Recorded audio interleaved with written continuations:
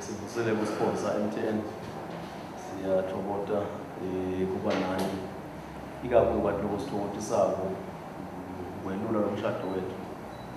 ngale ndlela ngakhona asikelula wona kuphela nje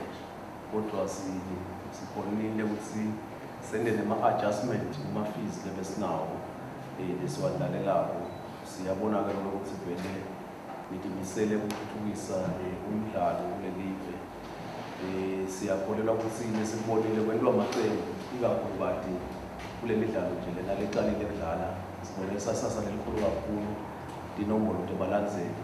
nendlela kumbe letenyuke ngayo nasawukusela lo msebenzi singakwedlulisa kakhulu ukwethembisa ukuthi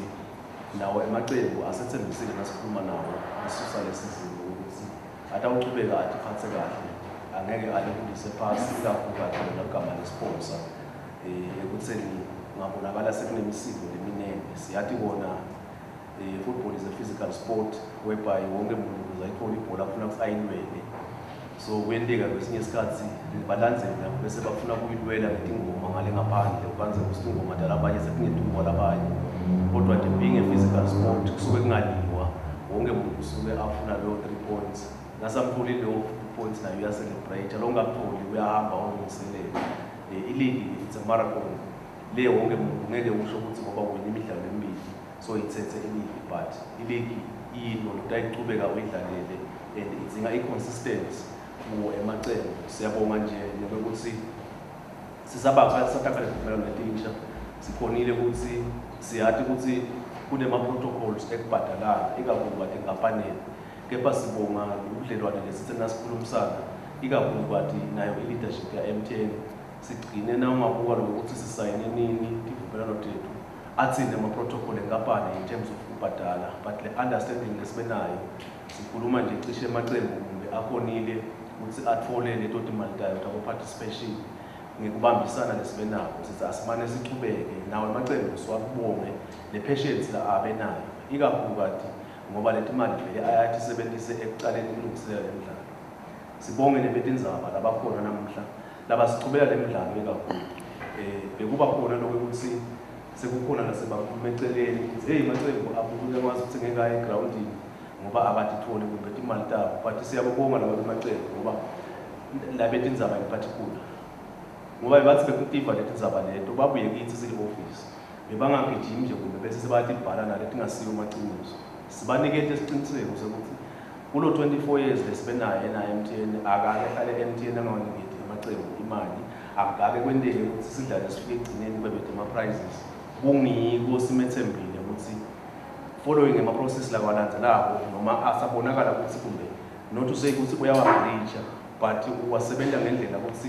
cishe bonke abantu bathole imali siyendile-ke le-price breakdown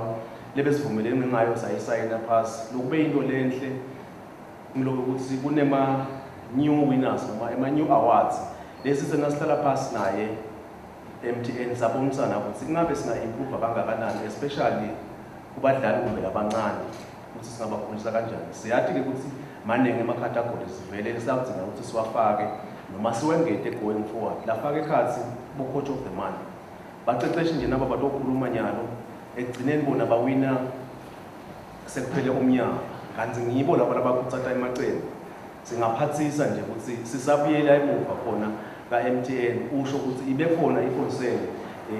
ukuthi kusenema-gaps lamancane lasele lekufuna sigcine siwakhavarisha ukuthi nabo baniketiwe i-incentive yokuthi baphutsateke kunenge-ke lesikulungisako lokufaka ekhathi tindzaba tabo betindzaba nawuyibonile le breakdown yethu akusiyo i-commission lokuthi bangabi khona but kunema-guidelines lesisawafuna sisawahlela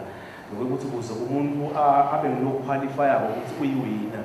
si-outline kanjani lokho abekhona ema-concern in the past ubukeka ngazi ukuthi liso lethu selibuka hlangothi lunye kube tindzaba kumbe kulabo labasibukelayo bagcina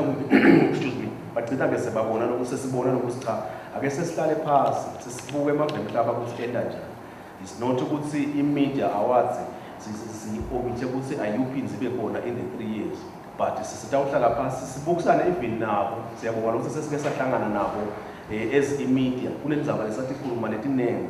lapho khona nabo basincwadzisa ukuthi nani iPremier League kumele nisebenze kanje ukuze ngoba nathi sinemgomo wethu sibethe indzaba tekusebenza. So nase silwakhile lo hlaka lo sitawubuya silibeke phasi sesilwakhe nabo ukuthi hayi kunapho lesingakubuka uma ngabe siwinisa lethu indzaba because nabo nje babethe indzaba ba-international bakhona kukopa kulabanye omakhelwane ukuthi bawina kanjani. So siniketha lesiciniseko nje kubo nakuso sonke sizwe ukuthi ngaphandle kwabethe indzaba ngeke tufike esizweni. Sithi nje asinifisele umdlalo omuhle nendawudlala ikakhulukazi kuyo lelo sandelo. Umntwa kakhulu ukuthi nikhutsate balandzele ukuthi bete, nikhutsate balandzele ukuthi bathi phathe kahle. Ikakhulukazi ngiyeva namhla ukuthi ushintshile mahlale kukhwini MTN ukuthi ukhona la bakuphethe kwebalandzeli. Asibatsheleni balandzeli basheshe bafike. Sibatshele futhi balandzeli bathenge amathikithi kuma platform lafanele. Bangede egedeni sebatofuna amathikithi ngoba egedeni ngilapho side khona la mathikithi. Nabo umkhulu ababaside ngoba phela umkhulu basaphathana tincingo nathi ngeke ngisho ukuthi tincingo letilibele baphatha tincingo letihlakaniphile ngoba siyakhona kubashayela but ababalekelele bathenge amathikithi ngoba phela umkhulu vele sebahola ngato letincingo banako bonke. Lamaqembu ladlalako lawo nginesiqiniseko sokuthi bonke abantu batawufuna bewabona ukuthi adlala kanjani. Cishe ngingathi ngiyoko marketing ngente ngadla isikhathi sebaqeqeshi ngiyabona ukuthi nebaqeqeshi la bebahleli ngale iToli namhla sebahleli ngale awu ngiyamangala iToli bengikhawula umqeqeshi akulelinye iqembu kepha ke kuyasetshenzwa kusemsebenzini bonke kungumuzi.